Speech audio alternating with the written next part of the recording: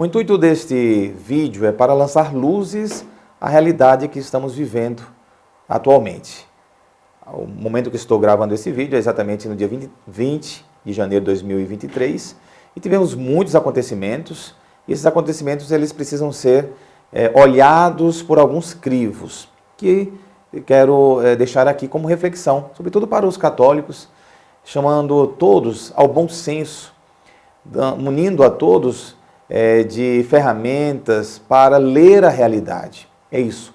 Gostaria que você tivesse algumas ferramentas, inclusive para analisar o que você recebe de conteúdo, para você saber em que momento da história você está vivendo e por que devemos ter assim uma sabedoria que vem de Deus, que vem do alto, e não deixarmos de seguir o que Jesus Cristo nos ensina, o que está na palavra de Deus. A palavra de Deus é fonte.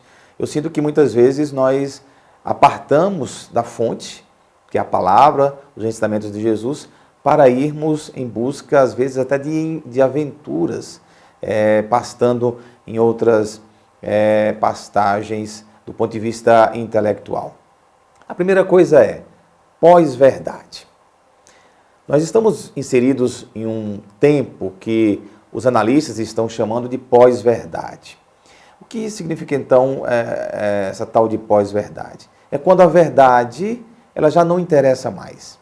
É quando não há um compromisso com a verdade. O pós-verdade o termo significa superação ou da verdade.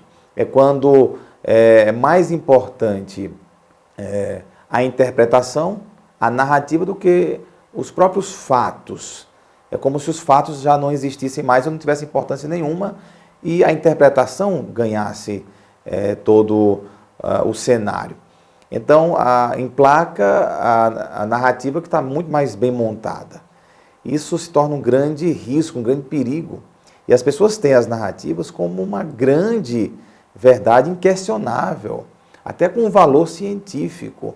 E se as pessoas estão fora do conhecimento do que é a pós-verdade, desse tempo que nós estamos vivendo agora, se tornam presas fáceis. E quando eu falo isso, sobretudo na dimensão política, religiosa, da política, por exemplo, estou falando que todos os lados, pelo que eu percebo, usam os mesmos recursos. Na dimensão religiosa também é possível que se emplaque narrativas super convincentes, capaz de convencer alguém a fazer algo que, inclusive, vai contra os seus próprios princípios religiosos. A pós-verdade, ela é tão presente no nosso meio que o que nós temos hoje são interpretações e que vai norteando a vida das pessoas. E como é que se monta uma narrativa? Com meias verdades. Claro, o conteúdo das narrativas ela é feita de meias verdades. Existe sim uma meia verdade aqui, somada com a meia verdade ali, um fato aqui, um fato acolá, e aí junta tudo para dizer uma grande mentira ou uma desvirtuação da realidade. E como é tudo muito bem montado, como existe de fato os fatos verificáveis, acontecimentos, quando junta tudo e com um apelo, atenção para isso, um apelo à emoção muito grande, um apelo à emotividade, ao futuro, à segurança, uma série de coisas que pode causar nas pessoas uma revolta, um engajamento naquilo que se está falando, e isso, olha, está causando muitos danos à nossa sociedade. Como eu disse, vale para todos os lados. Aqui nós não seguimos nenhuma tendência, mas lançando luzes para que fiquemos um pouco mais precavidos quando escutarmos uma história, quando entendermos que existe uma narrativa tendenciosa a levar você a se convencer de algo que a todo custo você precisa fazer algo, senão pode acontecer uma catástrofe ou algo parecido. Ou leva você a ter comportamentos de engajamento até colocando em risco a sua vida, a sua reputação, enfim, uma série de coisas. Então, esse período, hoje denominado pós-verdade, e como eu disse, serve para todos os níveis, da moral também. Então, pessoas que falam bem, pessoas que se expressam bem, que conseguem emplacar uma narrativa, elas não estão comprometidas com a verdade, ou com fatos, ou com a responsabilidade, com a veracidade do que ele está falando, mas ele quer levar a um tipo de resultado que ele mesmo está querendo. Agora, dizer, por exemplo, que se por trás das pós-verdades existe uma maldade prévia, ou alguém arquitetou, é possível sim, que alguém sentou e vamos produzir essa narrativa para chegarmos a este resultado. Isso já existem indícios que existem grupos que façam isso mesmo de forma deliberada. E não ache que o grupo A é bonzinho, o grupo B é bonzinho, que não existe essas coisas. Atenção, todos hoje lançam mão desse tipo de ferramenta. Como existe também certas narrativas que nascem da espontaneidade. Grupos, eles vão se relacionando, sobretudo na internet, nos meios de comunicação, e vão juntos ali, até motivado por uma espécie de teoria da conspiração, se vai montando narrativas espontâneas que podem também se tornar grandes mentiras e que não tem nenhuma comprovação com a realidade, ou que ela está desconecta da realidade. E as pessoas podem ter medos, pavor, receios e modificar inclusive toda a sua vida, modificar a sua rotina com o pavor que vem dessas narrativas, desse mundo. E se não soubermos o que é pós-verdade, ficamos ainda muito mais desprevenidos, nos tornamos presas fáceis, ficando difícil, inclusive, de sabermos quem está com a verdade e quem não está. E aí vocês me perguntam, mas o que fazer? Termos um pouco mais de senso crítico, termos um pouco mais de ir às fontes, de ler um pouco mais, não embarcar em certas narrativas que vêm daqui e dacular. É algo tão complexo que te envolve. Então, tudo aquilo que te envolve, te faz ficar cego numa única direção e te faz perder o senso crítico, até de questionar, será? Você pode estar dentro de uma armadilha de narrativas montadas para se alcançar algum tipo de objetivo. Portanto, o que eu digo saiba disso. Saiba que o período que nós estamos vivendo, não só no Brasil, no mundo inteiro, é o período da pós-verdade. A verdade que nós tanto buscamos, que a igreja prega, que os cientistas tentam aproximar ao máximo, os filósofos sempre tiveram compromisso com a busca da verdade. Santo Agostinho buscava a verdade em toda a sua vida, durante toda a sua trajetória, até encontrar em Jesus a verdade. Nós podemos estar aí desamparados. Agora, leia mais um pouco sobre isso. Vamos viver um maior momento de sabedoria. O que a gente precisa é de sabedoria, ter um pouco mais de paciência, saber aguardar, saber esperar, porque é possível que algumas motivações nossas pessoais seja norteada por alguém, por algum grupo, ou por alguma narrativa que se impõe pela força do argumento, porque elas são muito convincentes.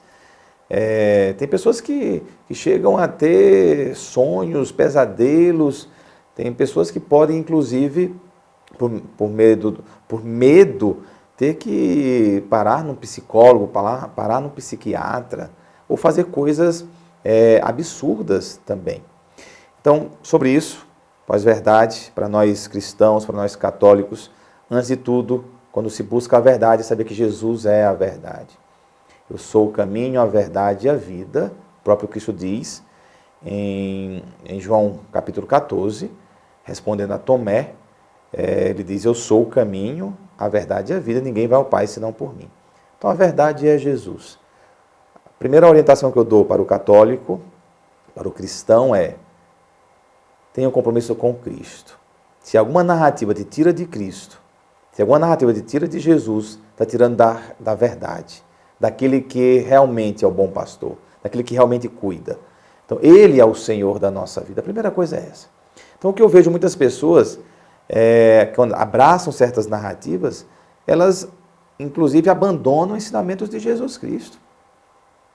Abandonam ensinamentos claros de Jesus, que é amai os vossos inimigos, se te derem uma bufetada no rosto, oferece a outra, perdoar até 70 vezes 7, ou seja, perdoar sempre, a solidariedade, enfim, a não vingança, a não violência, tudo isso é ensinado por Jesus. Nós podemos correr o risco, e eu percebo isso, que em algumas narrativas, pode levar as pessoas a se distanciarem de Jesus, mesmo se dizendo cristãs. Elas estão tão convencidas, tão cheias de argumentos que embasam aquilo que elas acreditam, que elas perdem, inclusive, a noção do que Jesus Cristo faria no seu lugar, capazes de fazerem coisas bem absurdas. Então, sobre pós-verdade, eu peço que você leia um pouco mais, estude um pouco mais e fique mais atento, conversem mais, dialoguem mais. Outra coisa característica da pós-verdade é a ausência de diálogo.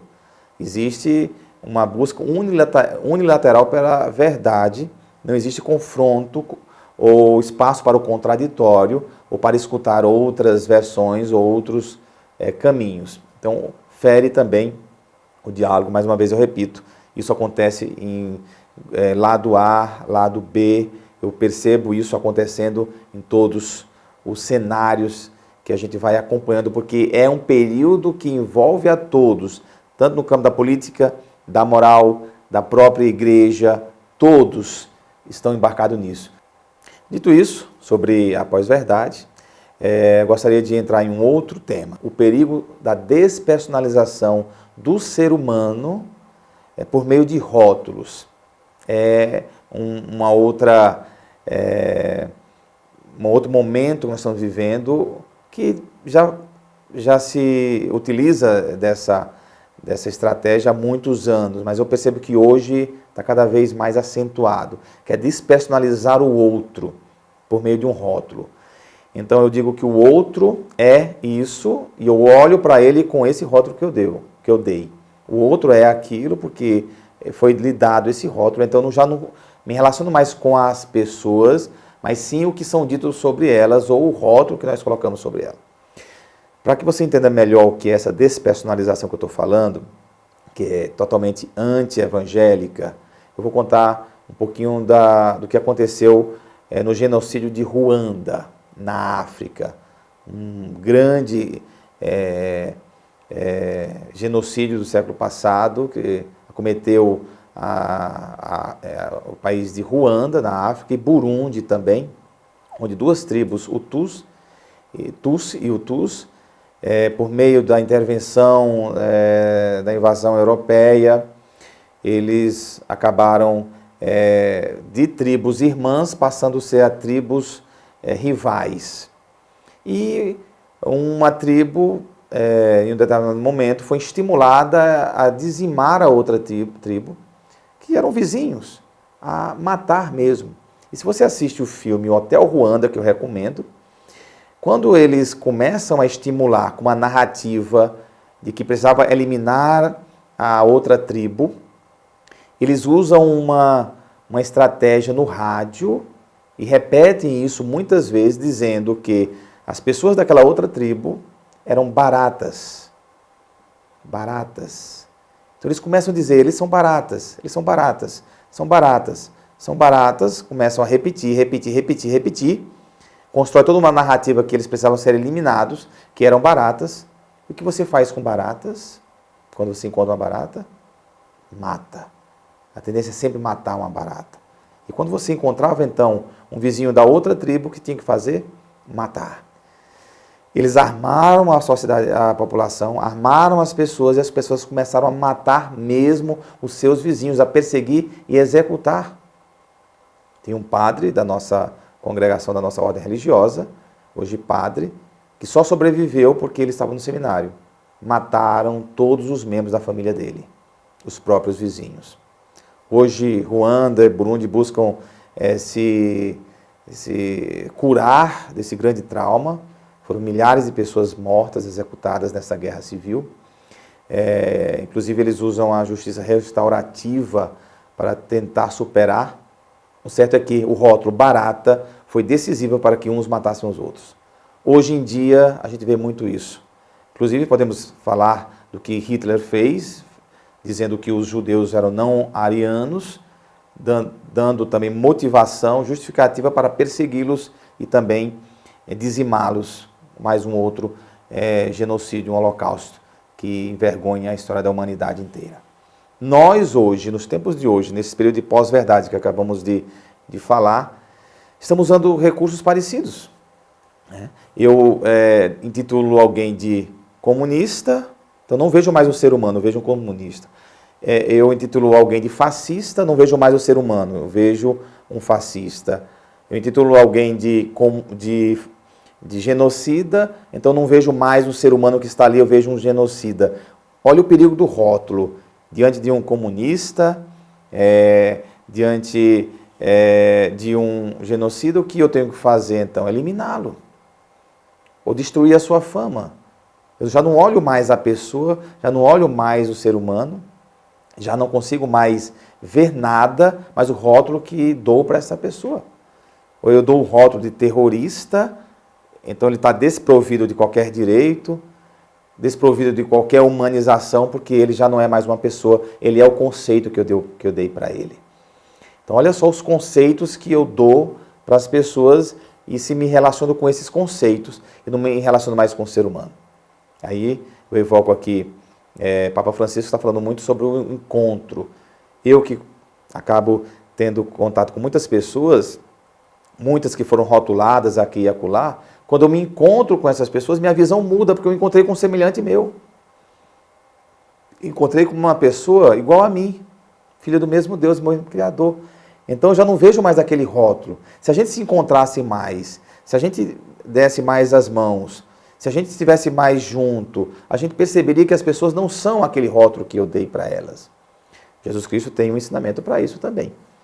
Quando ele fala, com a mesma medida que medires o outro, serás medido também.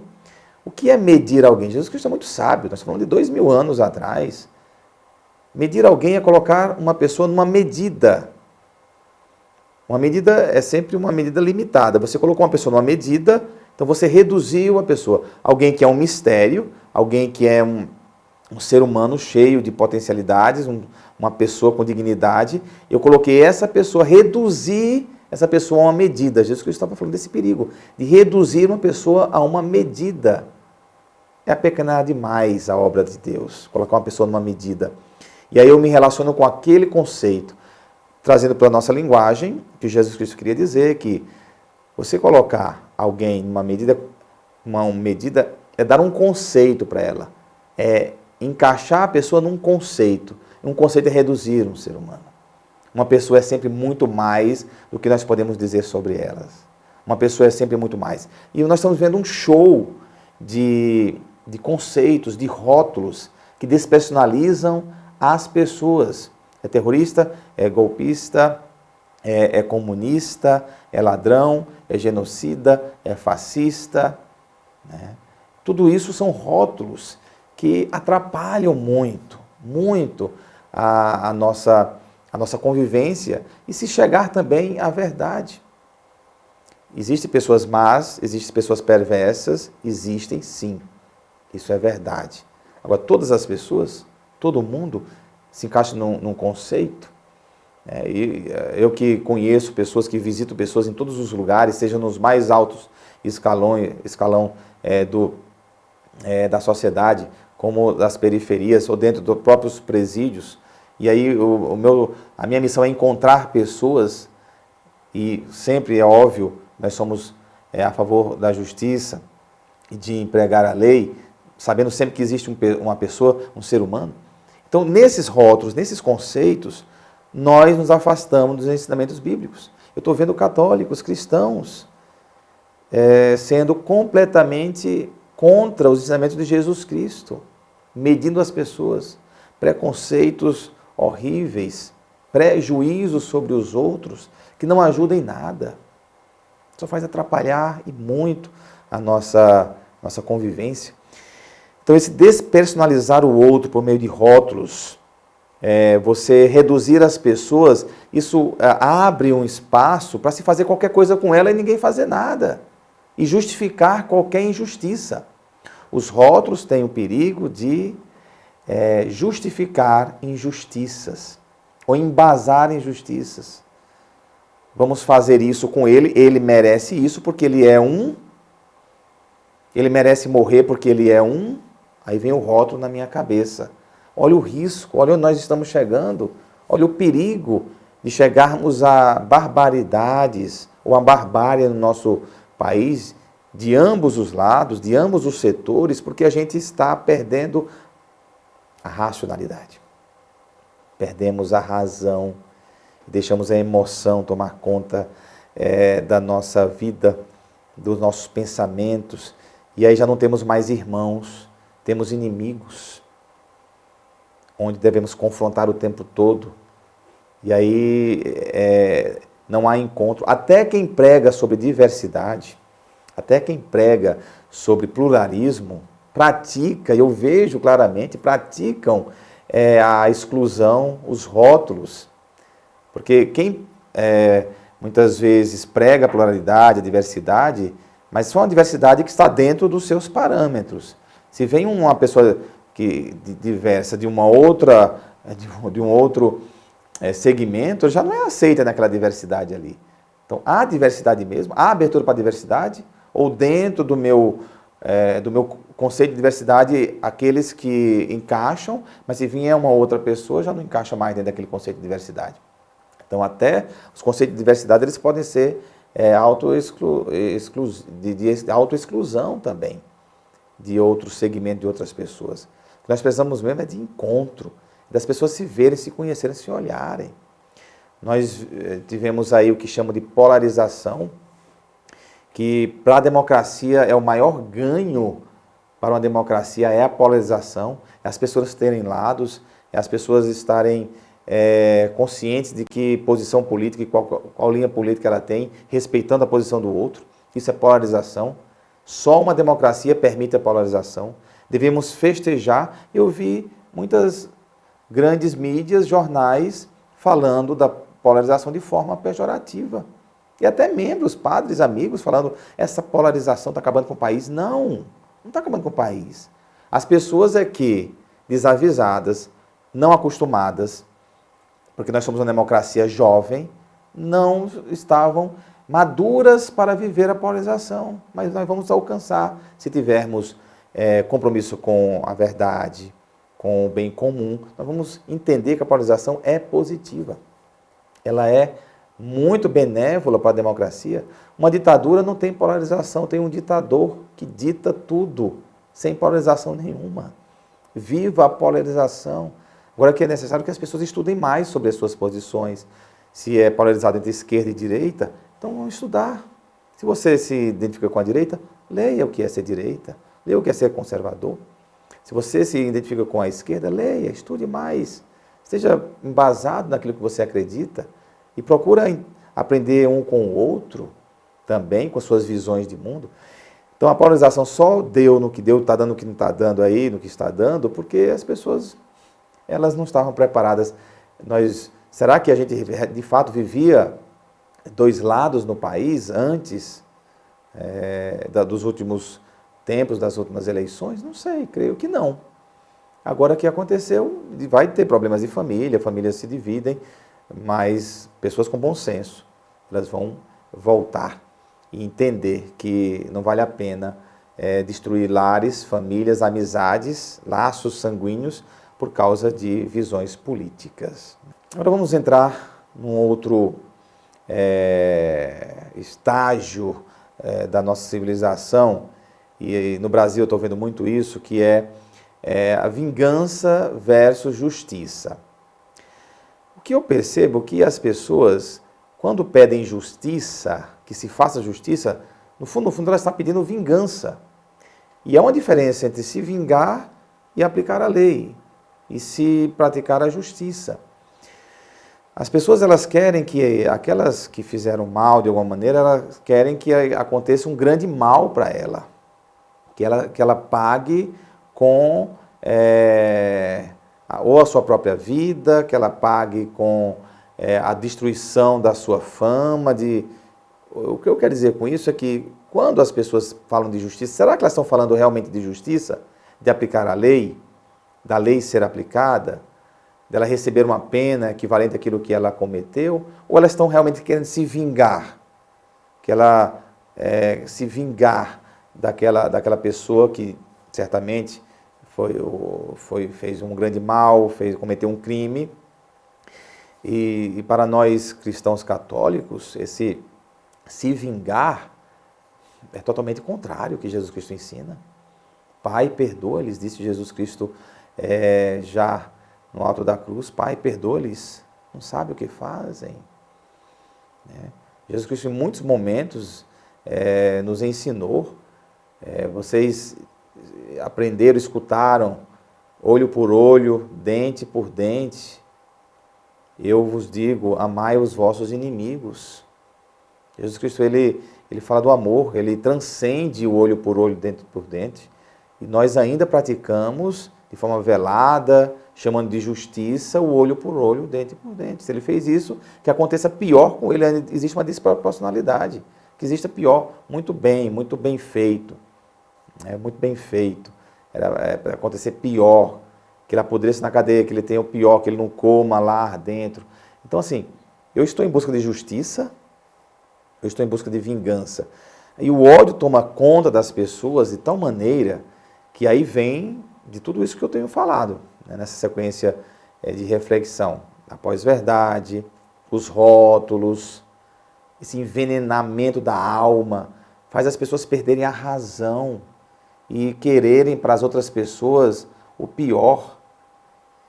E exigir, inclusive, que ela se exploda, que ela morra, sem nenhum tipo de sentimento de culpa, sem nenhum tipo de compaixão. Ao passo que eu estou falando aqui, pessoas que estão dominadas pelo ódio, por isso que é um vídeo que precisa chamar as pessoas, para as pessoas que queiram vir para o bom senso, elas podem estar até me criticando. Porque eu estou falando isso, que o que nós precisamos é aplicar a lei sobre aqueles que cometem crime, a lei, que se faça justiça, diferente de vingança, diferente. Nós tivemos de todos os lados. Quando eu estou falando aqui, eu estou falando de todos os lados.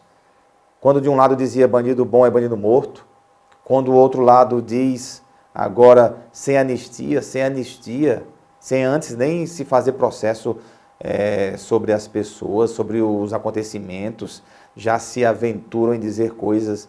Olha só o quanto as pessoas estão motivadas pela irracionalidade, motivadas por ódio suscitado por um tempo de pós-verdade, por um tempo de rótulos, de colocar as pessoas dentro de conceitos e de diminuir a pessoa, tirá-la da sua dignidade. Uma pessoa sem dignidade, ela pode fazer qualquer coisa com ela está despersonalizada. Então nós tratamos de despersonalizar as pessoas, nós tratamos de reduzi-las a conceitos tão pobres, empobrecedores, que você tira daquela pessoa a sua essência de ser um ser humano, de ser uma pessoa. Não estou defendendo ninguém aqui. Como eu disse, as pessoas elas precisam pagar por meio da lei aquilo que elas fizeram. E devem ter o direito de serem recuperadas também, de serem tiradas daquela situação, para voltar para a sociedade uma outra pessoa. Isso diz a lei. A lei fala da ressocialização. Agora, quem quer se vingar, não aceita a ressocialização, não aceita que a pessoa possa voltar ao universo da vida humana. Existem crimes bárbaros, existem pessoas que não têm condições de viver em sociedade, que vão a vida inteira ser acompanhadas, tudo isso é verdade. Tá? Não tenho nenhum tipo de... não estou dizendo nada contra isso. Lei seja elas estão lá. Se querem alguma coisa, mudem a lei. Se querem aumentar a pena, se querem aumentar os anos de cadeia para certos crimes, lei. Né? Na lei. Então, a lei ela precisa ser sempre respeitada. Né? Respeitada. E para finalizar esse ciclo de reflexões, eu quero falar dos últimos acontecimentos, esses ataques que foram tão degradantes aos três poderes no dia 8 de janeiro, um domingo, as invasões, o quebra-quebra, tudo isso causou espanto a todos nós, porque seja de qualquer lado, e já tivemos quebra-quebra em órgãos públicos em outros momentos, e sempre a gente foi, todo mundo, o brasileiro foi sempre contra isso. Agora, mais uma vez, aconteceu, né? E são reprováveis. Como católicos cristãos, nunca podemos compactuar com fazer justiça pelas próprias mãos, achar que a solução está nesse tipo de comportamento. Realmente, aqueles que adentraram, aqueles que foram de forma orquestrada, até parece que é possível que isso tenha acontecido de forma orquestrada, invadido os prédios, o símbolo do nosso poder, a garantia do equilíbrio na sociedade, dos direitos, dos deveres. Realmente, acho que já foi tudo muito amplamente falado, amplamente já discutido.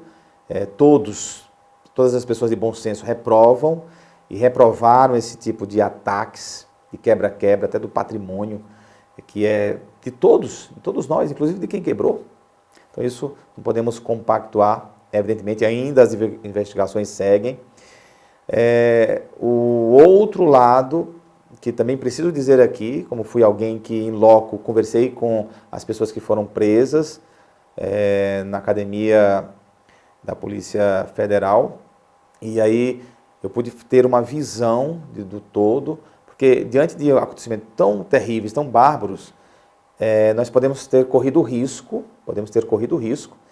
de também termos prendido inocentes. Pessoas que não saíram de casa para quebrar, pessoas que saíram de casa para manifestar. E aí nós caímos no risco de cometermos injustiças, de com uma arbitrariedade, corremos o risco de embasar uma outra arbitrariedade. Então, é algo que a gente precisa pensar, temos que confiar nos nossos juízes, confiar no nosso Supremo, para ter um bom senso. O que eu vi foram pessoas, como eu disse, sem rótulos disso ou daquilo. Eu conversei com as pessoas, eu vi as pessoas, e o que a gente sente ali é que muitas delas, elas não adentraram os órgãos, e umas ficaram inclusive no QG e elas estão presas como terroristas. Prisão preventiva, porque ainda está correndo aí todo o processo, por isso que se fala com muita cautela, porque ainda nós estamos ainda, mas atenção para todos aqueles que, terroristas, usando os rótulos, talvez embasado por narrativas, se cria, não tem mais seres humanos ali, e quando a gente encontra as pessoas, a gente vê um pouco diferente. Pessoas que ficaram no QG, que não foram nem para a manifestação, estão presas. O que fazer com essas pessoas? E o que a gente escutou é que levaram todas, depois que elas foram entender que estavam presas. Imagina terroristas que fizeram terrorismo bárbaro como esse e voltaram para dormir onde estavam dormindo. Elas quebraram mesmo, ou outros quebraram. E quem quebrou fugiu. E quem ficou está pagando o pato. Às vezes, para usar uma comparação, é como se a praia estivesse uma praia cheia de banhistas, cheia de pessoas ali que foram tomar banho na praia, e um grupo de delinquentes fez um arrastão.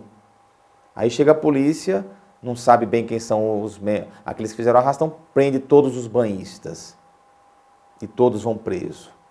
Para usar uma comparação como se fosse isso. O que eu senti, é o que eu digo aqui, já é uma percepção minha, que houve no dia 8, no domingo, dois movimentos,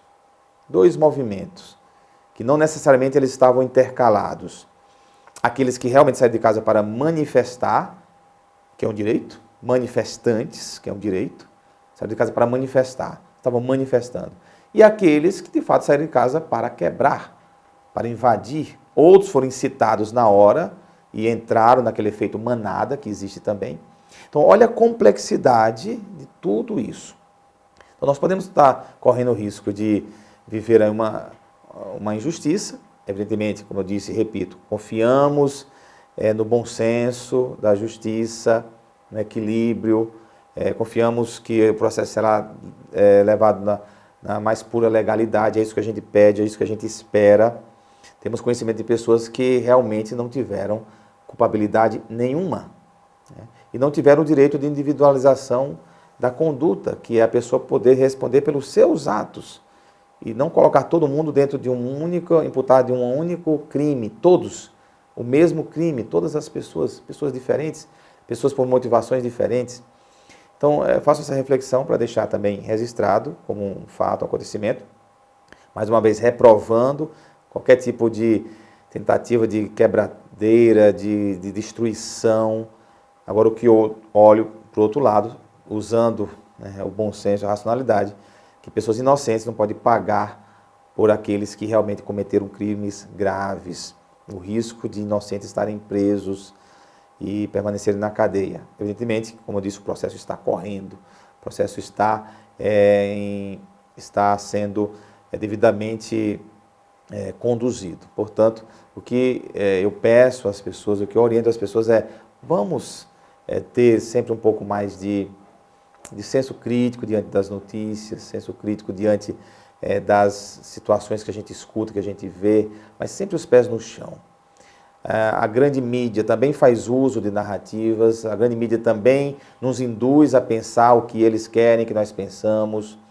Às vezes falam da internet, de grupos na internet que faz isso, aquilo, internet, fake news, mas também temos um pouco de senso crítico, a gente vê a grande mídia também dentro desse universo da pós-verdade, dentro desse universo dos rótulos, dentro desse universo de reduzir as pessoas a conceitos, dentro desse universo das narrativas que são criadas, sustentadas.